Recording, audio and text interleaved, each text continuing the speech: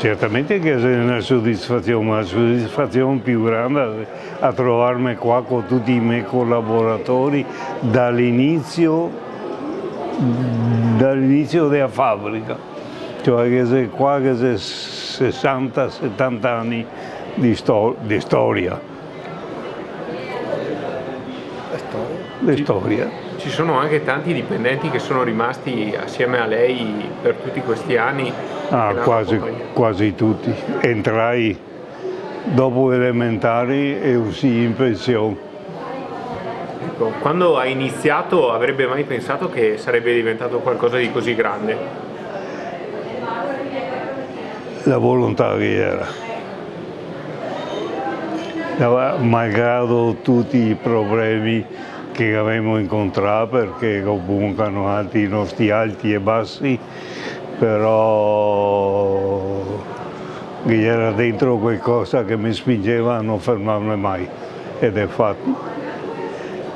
Dirò siamo stati fortunati perché ho trovato tutta gente valida e persone che hanno un peso enorme sulle aziende.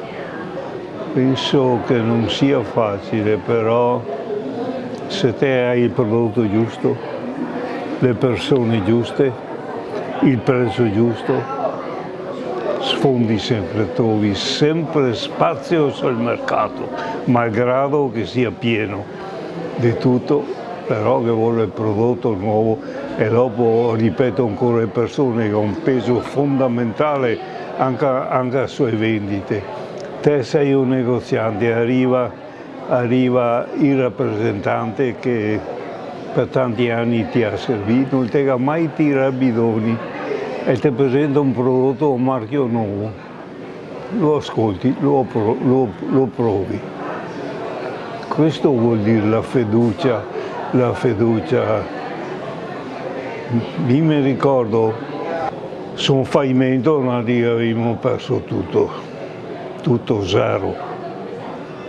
Paga tutti, però ho perso tutto. Veniva un venditore, un americano, che andava in cerca di un programma di scarponi di prezzo medio-basso. Noi, ripeto, non avevamo niente, neanche non si aveva neanche i campioni, e mega dita. Fatti i campioni, ritorniamo fa 3-4 giorni, andati a visitare tutte le fabbriche di Montebeuna e dopo ci tornai là. E adesso femo i campioni. E mi ha scritto un ordine dietro il mio padre e mi ha finanziato su cosa? Sulla fiducia di me e mia moglie.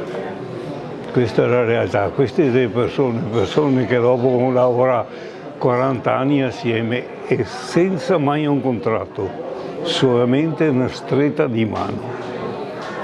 Non sei macchine, non sei, però dai, un team di persone che viene dentro la mattina cantando in fabbrica, vuol dire che sei contente, e lavora con un scopo unico, far crescere l'azienda,